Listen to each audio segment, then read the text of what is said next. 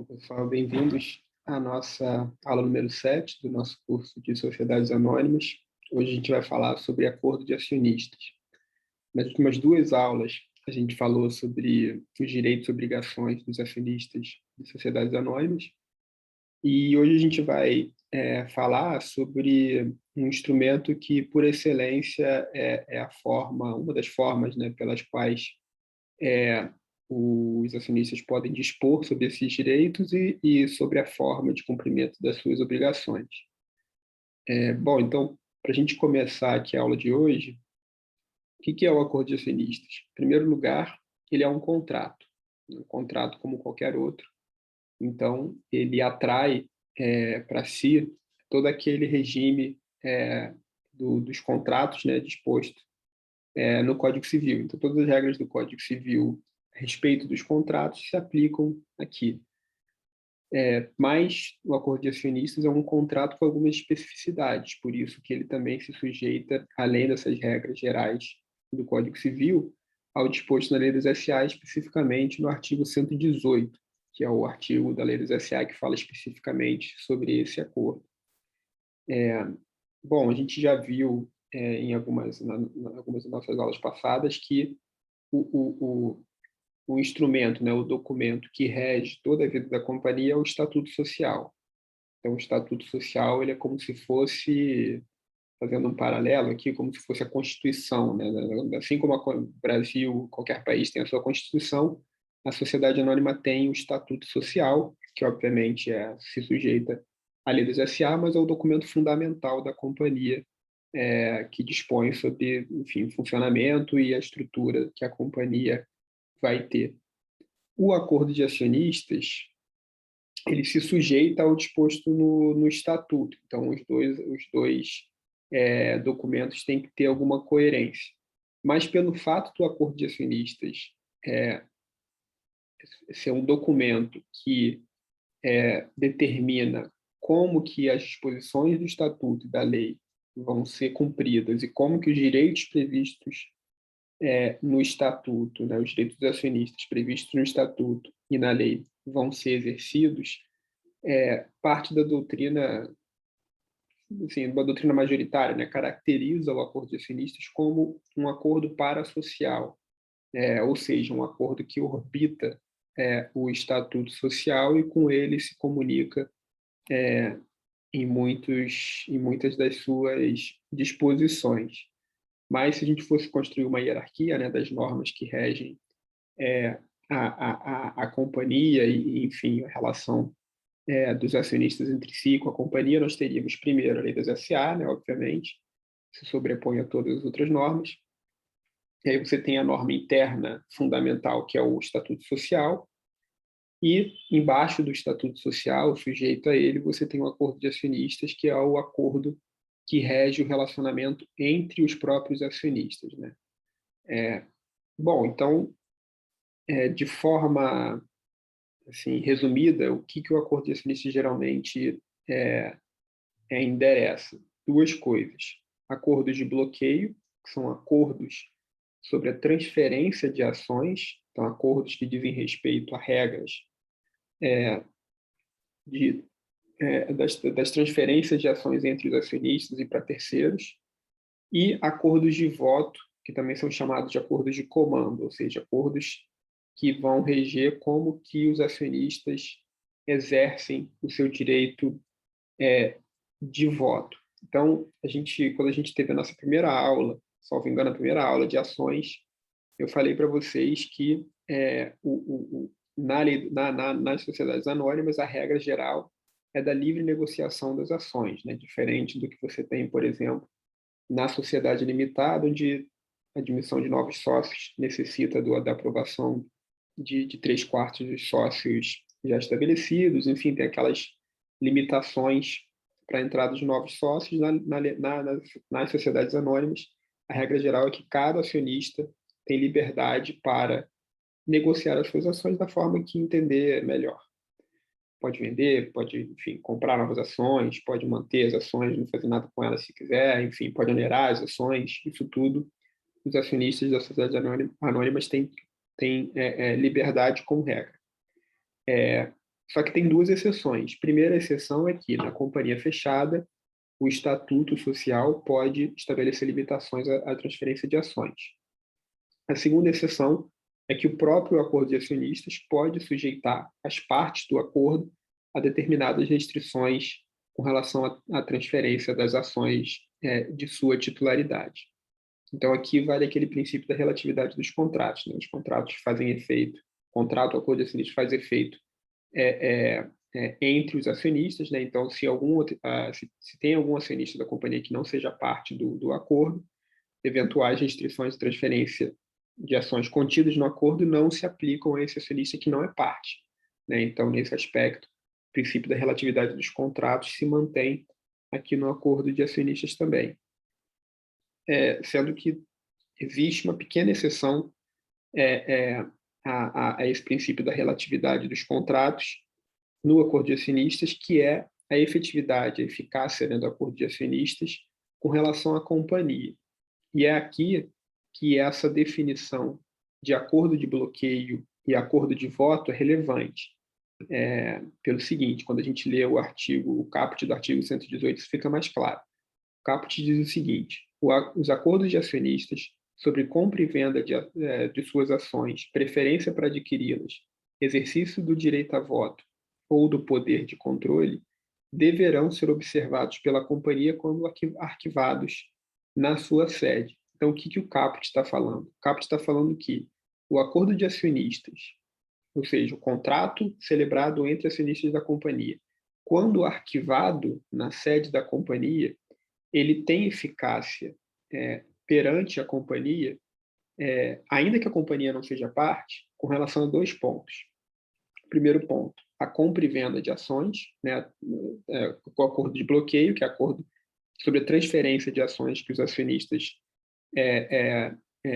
celebrem, né, que eles entrem num acordo, e o eventual exercício de voto. Nesses dois pontos, ainda que a companhia não seja parte do acordo de acionistas, o acordo, ela tem a obrigação de cumprir o disposto no acordo com relação a esses dois pontos, acordo de bloqueio, ou seja, transferência de ações, e acordo de voto, desde que o acordo seja arquivado na sede da companhia. Então, é uma pequena exceção ao princípio da relatividade dos contratos, porque o princípio da relatividade dos contratos diz que o contrato tem efeitos sobre as partes, né? Sobre as partes que celebraram o contrato.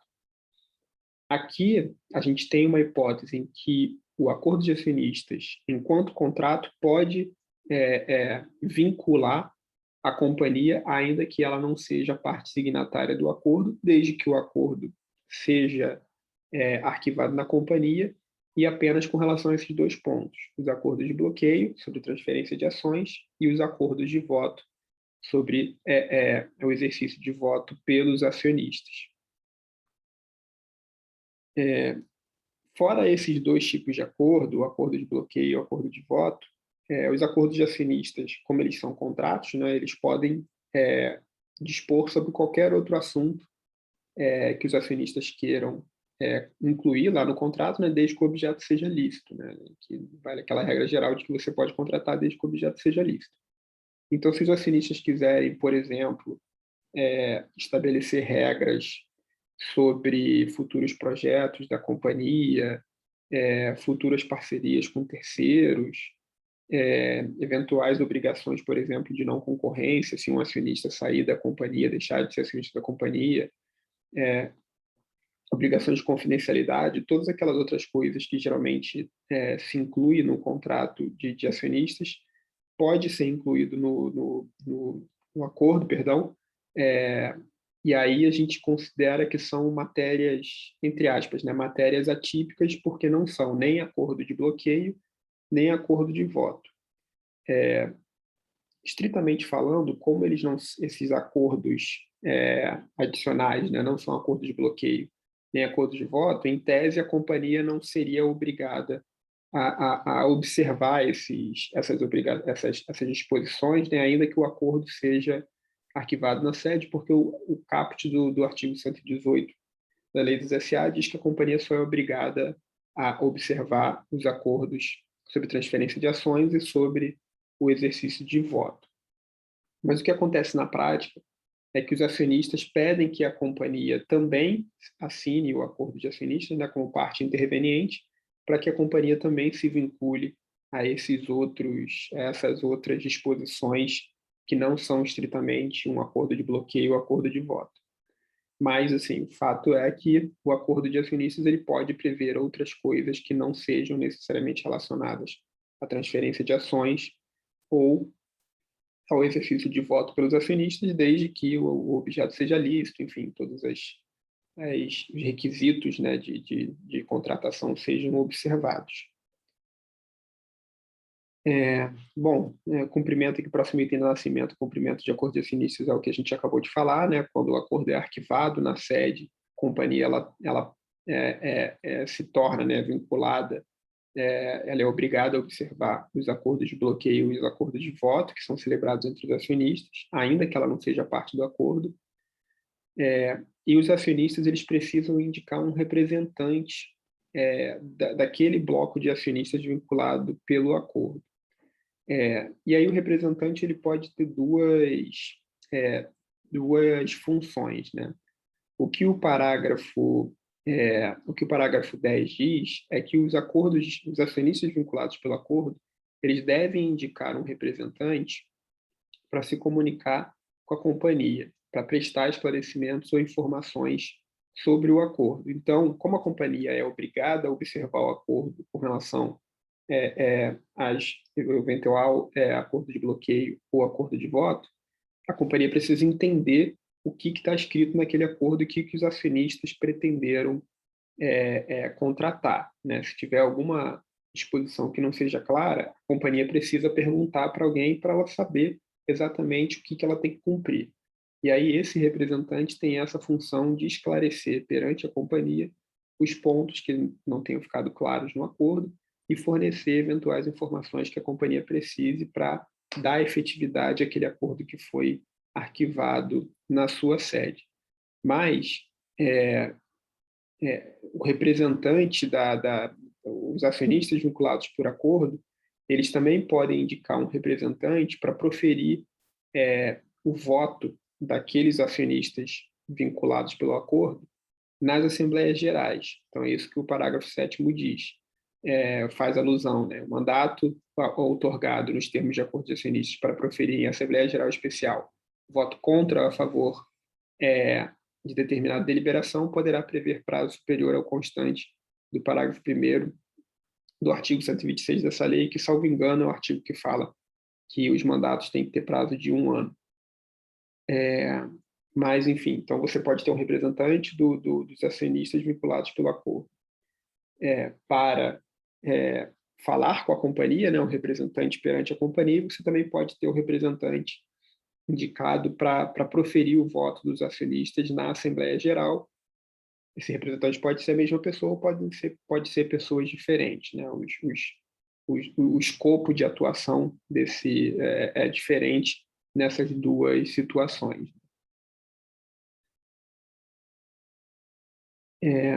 Bom, além de ser arquivado na sede da companhia, o acordo de acionistas ele também deve ser averbado no livro de registro de ações, né? Ou no registro escritural, se a companhia tiver ações na forma escritural. O que isso quer dizer? A gente já viu, quando a gente teve a nossa primeira aula de ações, que qualquer gravame e ônus sobre as ações tem que ser registrado no livro de registro de ações, se a ação for nominativa, ou no registro escritural das ações, se a ação for escritural. E é esse registro, essa averbação no registro onde as ações, onde a propriedade das ações é registrada, que dá força perante terceiro àquele gravame. Então, se você impõe um penhor, por exemplo, sobre as ações de um acionista, esse penhor só vai ter força perante terceiros se você averbar o penhor no documento, né, no meio, na forma em que a propriedade da ação está registrada, que ou vai ser o livro, se a ação for nominativa, ou vai ser o registro escritural, se a ação for escritural. A mesma lógica, isso está no artigo 40, tá? Só para relembrar, está no artigo 40 da Lei dos SA. A mesma lógica do artigo 40 se aplica aqui no caso do acordo de acionistas também. O acordo de acionistas ele não é um ônus tal como o penhor, que é um ônus real, né? Mas ele é, genericamente falando, um gravame, né? O acordo de acionistas ele impõe restrições à disponibilidade, pode impor, né? Restrições à disponibilidade da ação e pode também impor restrições ao exercício de voto decorrente daquela ação.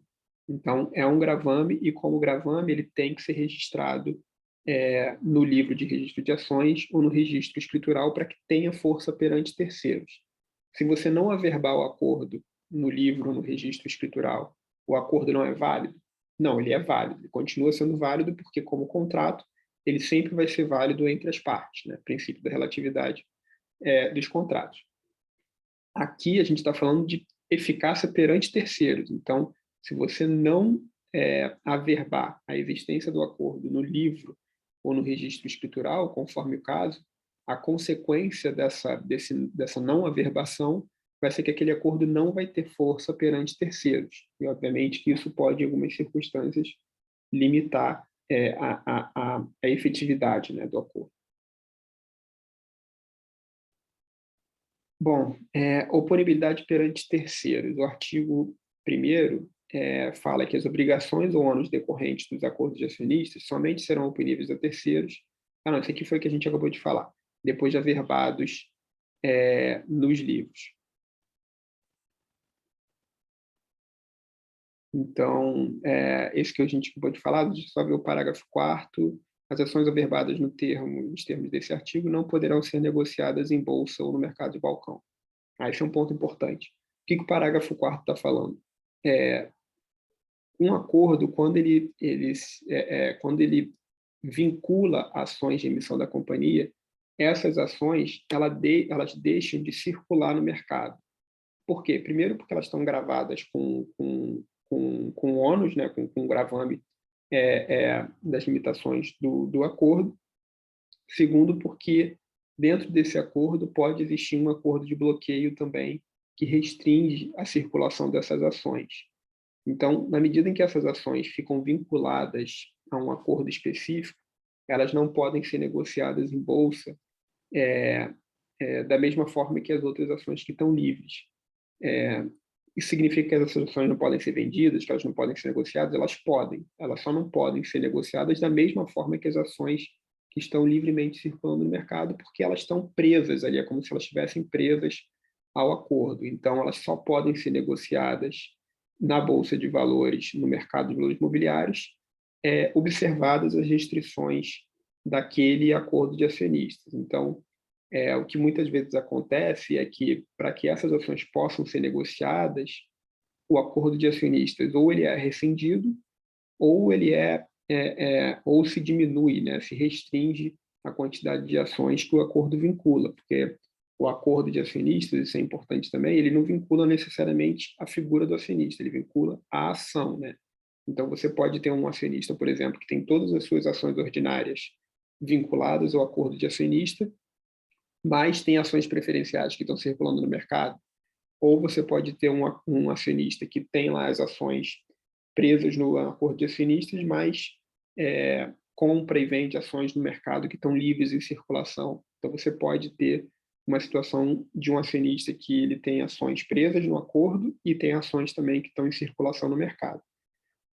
Quando a gente teve a nossa primeira aula, que a gente falou sobre oferta pública de fechamento de capital e tudo mais, a gente viu que a oferta pública de aquisição para fechamento de capital ela é direcionada às ações em circulação no mercado. Então, o que são as ações em circulação no mercado? Esse conceito ele pode ser resgatado aqui.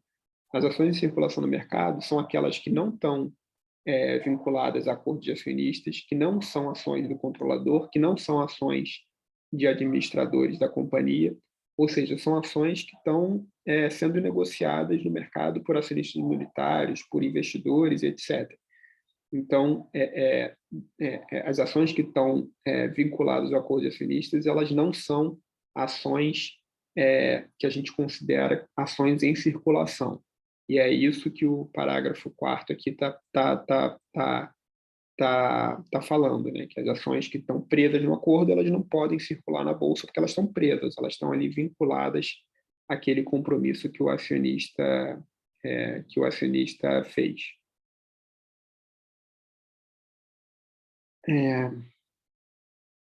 Bom, o próximo tópico aqui é sobre o parágrafo 2º do artigo 118, que diz: os acordos de acionistas não poderão ser invocados para eximir o acionista de responsabilidade no exercício do direito de voto ou do poder de controle.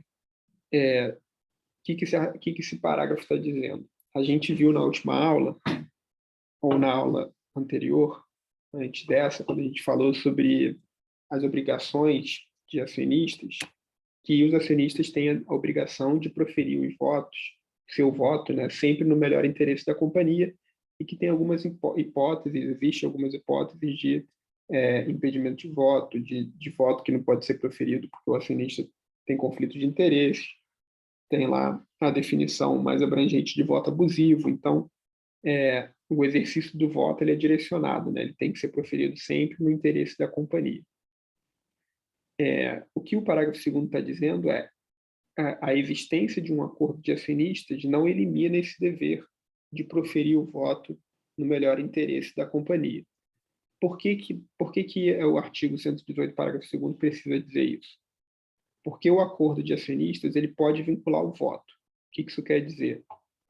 Os acionistas colocam no papel ali como que eles vão votar ou como que eles vão decidir o voto em determinadas circunstâncias. Então, o acordo pode dizer, por exemplo, que se a companhia, se os acionistas da companhia forem deliberar sobre aumento de capital, os signatários do acordo, as partes do acordo de acionistas têm que se reunir previamente à Assembleia Geral e combinar qual vai ser o voto deles.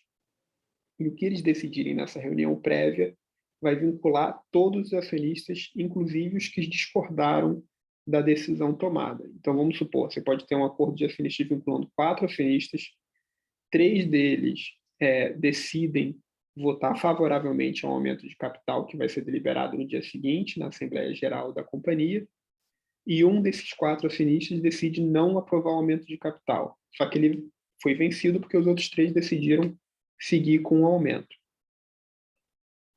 Como esse acionista foi vencido, esse único acionista foi vencido dentro do bloco, o voto dele na Assembleia Geral não vai ser o voto que ele queria proferir, ou seja, contra o aumento de capital.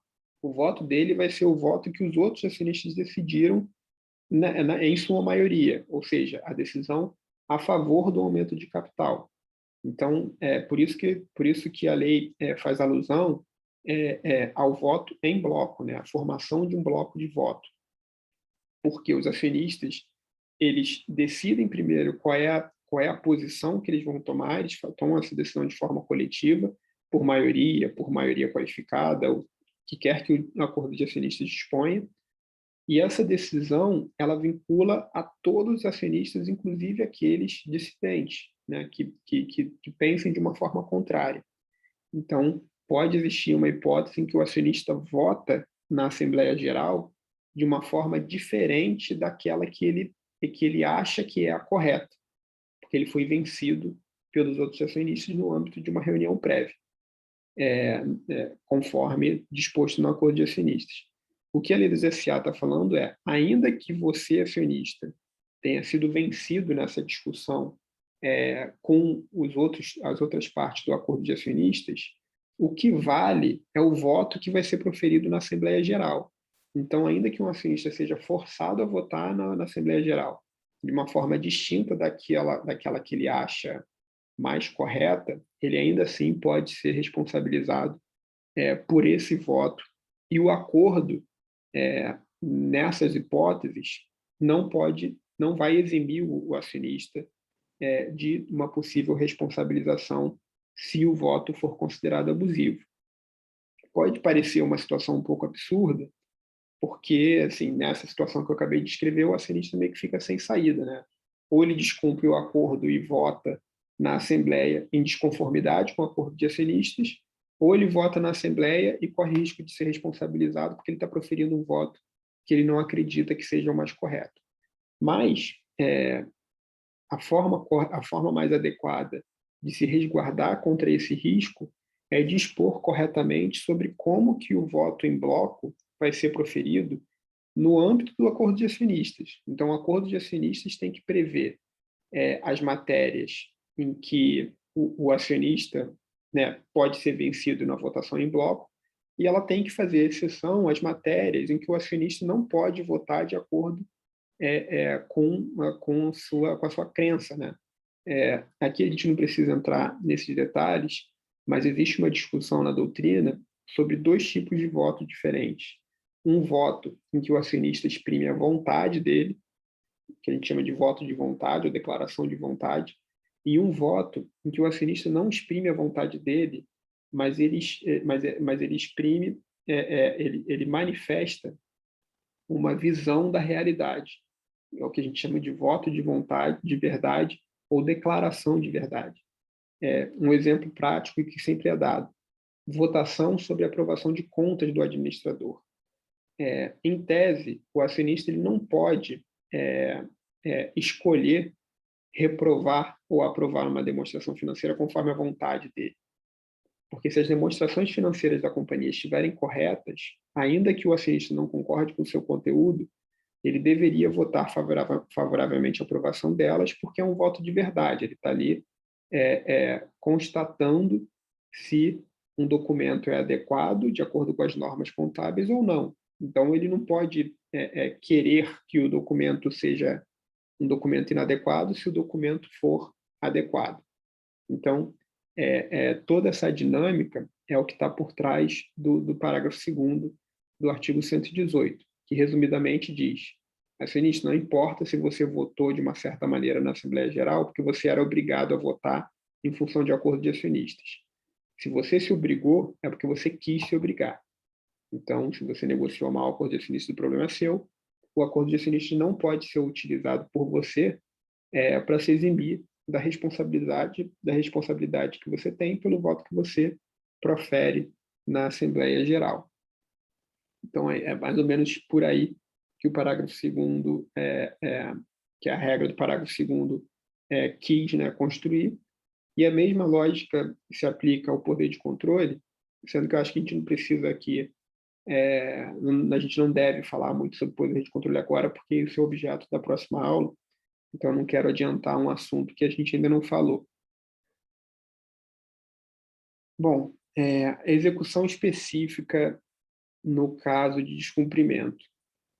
Como o acordo de acionistas ele é um contrato, como a gente já falou algumas vezes, ele pode, primeiro, ele pode ser descumprido, né, porque às vezes acontece, e se alguma das partes do acordo descumprir o acordo de acionistas, os outros acionistas eles podem pedir a execução específica daquela obrigação. O que é a execução específica? Né? Quando você impõe uma obrigação de fazer a outra porque estava previsto num contrato. Então, se tem um contrato dizendo que você tem que adotar a postura A e você adota a postura B, a parte do contrato pode ir lá e executar especificamente aquela obrigação que você assumiu e determinar que você adote a postura A conforme você se obrigou no contrato. Isso que é execução específica, né? Você executar especificamente o que está disposto no contrato, impondo a parte inadimplente uma obrigação de fazer, em geral, né? Porque se não é obrigação de fazer, provavelmente vai ser uma obrigação de pagar, uma obrigação de dar, enfim. Mas fato é que isso é que é execução específica, você forçar uma parte a cumprir aquilo que foi acordado. O mesmo princípio se aplica no caso do acordo de acionistas. O acordo de acionistas, se for descumprido, as partes adimplentes, né, que cumpriram o acordo de acionistas, podem determinar que a parte inadimplente, que descumpriu o que foi acordado, cumpra exatamente aquilo que está disposto no acordo. Então, o mesmo benefício que os contratos em geral possuem, né, quando, enfim, são instrumentalizados, né, por um instrumento escrito, com duas testemunhas, etc. e tal, todos aqueles requisitos do Código de Processo Civil, mesma coisa se aplica aqui ao acordo de acionistas. Só que o acordo de acionistas ele tem uma questão a mais, né? Ele tem um instrumento de execução um pouco mais forte que esse, que dá a execução específica que todos os outros contratos têm.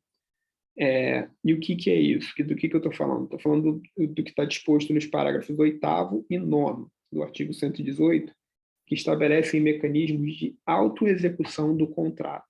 Então, são mecanismos que permitem às partes do contrato executar aquilo que foi acordado sem terem que recorrer, né, a um árbitro ou a um juiz para determinar a execução específica.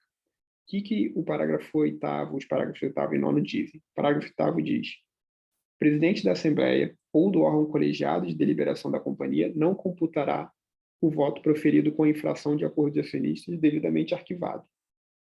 Ou seja, se tem um acordo de acionistas que determina que o acionista vote de uma forma específica, né, vote conforme, por exemplo, que foi acordado numa reunião prévia de acionistas vinculados pelo acordo, se o acionista descumpre aquele compromisso e vota de uma forma diferente, o presidente da Assembleia ou do órgão colegiado de deliberação da companhia não computa aquele voto, tá? Porque é um voto proferido em infração ao acordo de acionistas. Então, já é uma primeira forma de você executar o acordo sem ter que recorrer a um árbitro ou a um juiz, sem ter que recorrer a um terceiro. E aqui, uma nota de rodapé, tá? Um parênteses. O que é o órgão colegiado de deliberação? Via de regra, vai ser o Conselho de Administração, que é um órgão de deliberação por excelência, ou, se for uma companhia fechada sem Conselho de Administração, vai ser a diretoria, que pode, nesses casos, tomar a forma de um órgão de deliberação, né? Um órgão que decide pela maioria dos seus membros. Que decide de forma coletiva, né? Pode ser de forma unânime, não pela maioria, mas que decide de forma coletiva por meio de deliberação.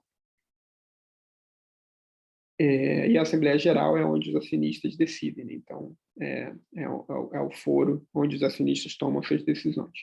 O parágrafo 9º, ele vai um pouco mais além.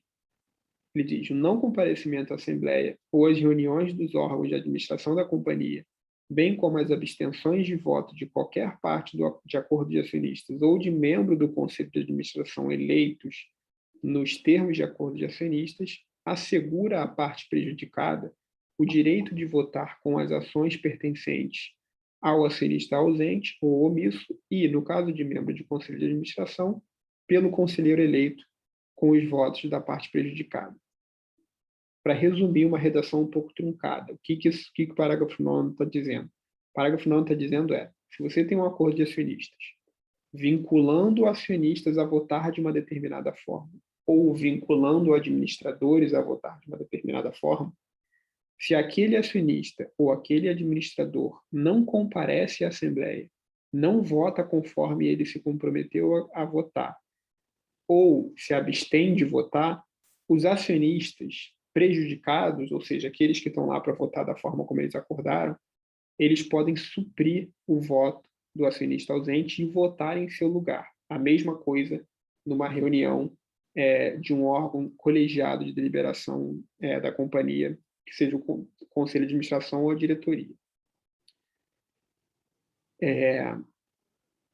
O que isso implica no final das contas? É mais um instrumento que os acionistas possuem para executar, sem ter que recorrer a um terceiro, o acordo de acionistas, ou seja, mais um instrumento de autoexecução do acordo. Aqui tem duas controvérsias que a gente não vai se aprofundar, mas são controvérsias que existem na doutrina. Primeiro, esses dispositivos aparentemente vinculam não só os acionistas, como os administradores, né? Administradores não são parte do acordo de acionistas, né? Porque eles não são acionistas, né? Você pode ter um administrador que também é acionista, mas as posições são diferentes, ainda que ocupadas pela mesma pessoa. Então, na medida que o administrador não é parte do acordo, a lei deveria ter vinculado o administrador ao disposto no acordo de acionistas. Isso foi uma decisão correta do legislador? Tem discussões na doutrina sobre isso. A outra discussão o parágrafo 8º diz que o voto do acionista que votar em desconformidade com o acordo é desconsiderado. E o parágrafo 9º diz que se o acionista não comparecer na assembleia ou se abster de votar, o outro acionista que seja parte do acordo pode votar no lugar dele. Mas você consegue juntar o parágrafo 8º e o 9º para dizer, por exemplo, que se um acionista comparecer na assembleia e votar em desconformidade com o acordo e o voto dele for desconsiderado, conforme o parágrafo 9º, podem os outros acionistas, após a aplicação do parágrafo 8º, que desconsidera o voto do acionista infrator, votar em conformidade com o acordo de acionistas no lugar dele, ou seja, você consegue juntar a regra do parágrafo 8º com a regra do parágrafo 9º, também é uma discussão muito longa na doutrina. Alguns doutrinadores entendem que sim, que você pode juntar os dois dispositivos. Alguns doutrinadores entendem que não, que os dispositivos falam sobre hipóteses distintas e eles não podem ser unificados para constituir uma mesma regra. Mas são discussões que existem na doutrina societária. Não vou cobrar essa em prova, mas é só para vocês saberem que essa discussão do alcance do parágrafo 8º e do parágrafo 9º e da possibilidade de junção dos dois existe, né? Essas discussões existem na doutrina societária. Por fim, aqui, a gente já falou do mandato outorgado em virtude de acordo, né, que é a exceção àquela regra de que o mandato tem que ter 1 ano. Faltou falar só, o ponto 11 também a gente acabou de falar, faltou falar só do ponto 9, da denúncia do acordo, que é a regra do parágrafo 6º do artigo 118. O parágrafo 6º do artigo 118 diz que o acordo de acionistas cujo prazo for fixado em função de termo ou condição resolutiva somente pode ser denunciado segundo suas estipulações. O que esse dispositivo quer dizer? O acordo de acionistas ele é feito para durar, né? Ele é feito para ser um contrato de longuíssimo prazo, porque não adiantaria nada os acionistas combinarem entre si restrições à transferência de ações, exercício de voto em bloco, se no dia seguinte qualquer acionista pudesse terminar o acordo, né? O acordo de acionistas seria a letra morta, não serviria de nada. Então, o acordo de acionistas ele tem que poder, né? A lei buscou garantir que esse acordo vai durar, ele não pode ser terminado a qualquer tempo, como a maioria dos contratos, né? Se a gente for lá no Código Civil, por exemplo, tem lá a regrinha de que o contrato por prazo indeterminado pode ser rescindido a qualquer tempo e tudo mais, e o contrato com prazo determinado também pode ser rescindido, mas você pode ter uma hipótese de indenização ali para as outras partes, da parte que rescindiu para as partes que quiseram permanecer no acordo, né? Aqui, no acordo de acionistas, é um pouco diferente. Se o acordo tem prazo determinado, ele não pode ser terminado, exceto conforme as regras de término, as regras de rescisão dispostas no próprio acordo. Então, é como se fosse uma camisa de força ali mesmo. A partir do momento que você assinou o acordo, se for um acordo por prazo determinado, você vai ter que ficar até o final, a não ser que o acordo te dê uma porta de saída, mas se o acordo não te der uma porta de saída, você vai ficar até o final dele vinculado por aquele acordo de acionistas e não tem muito o que fazer, não tem para onde fugir. Mais uma regra que permanece aqui é a regra que eu acabei de escrever do prazo. Para que essa regra do parágrafo 6º funcione, é preciso que o acordo de acionistas preveja um prazo específico, um prazo de duração. Não pode ser um acordo, se for um acordo de acionistas por prazo indeterminado, né, sem prazo específico, aí vale aquela regra do Código Civil de que ele pode ser denunciado a qualquer momento. Mas, se for um acordo com prazo determinado, as partes elas têm que cumprir o acordo até o fim e não podem terminar, exceto conforme as hipóteses de término previstas no próprio acordo de acionistas. Uma discussão que existe na doutrina aqui é sobre a extensão do prazo, porque há um tempo atrás você tinha exemplos de acordos de acionistas que previam prazo, por exemplo, de 100 anos, ou de 80 anos, ou de 60 anos, prazos muito longos. E o que acabou se decidindo, né, pela evolução jurisprudencial e doutrinária a respeito desse tema, é que esses prazos muito longos, como eles seriam excessivamente longos, eles seriam equivalentes, ao fim e ao cabo, a um prazo indeterminado, porque é como se não tivesse fim. Então, como não tem fim, se considerava que o prazo era indeterminado e que as partes poderiam rescindir o acordo de acionistas a qualquer tempo.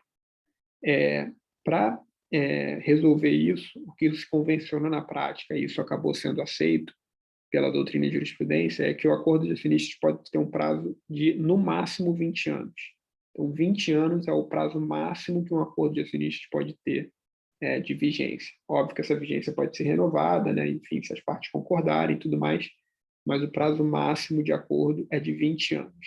Se você estabelece um prazo maior que 20 anos para o acordo de acionistas, você já está correndo o risco de que esse acordo seja considerado um acordo por prazo indeterminado, o que sujeita o acordo de acionistas ao risco de poder ser denunciado por qualquer parte a qualquer momento, conforme a regra dos contratos que são celebrados por prazo indeterminado. Bom, acho que era isso que a gente tinha para falar por hoje. A gente conseguiu passar por praticamente todos os pontos, todos os mais relevantes, pelo menos, a gente passou. E é isso, a gente se vê na próxima aula.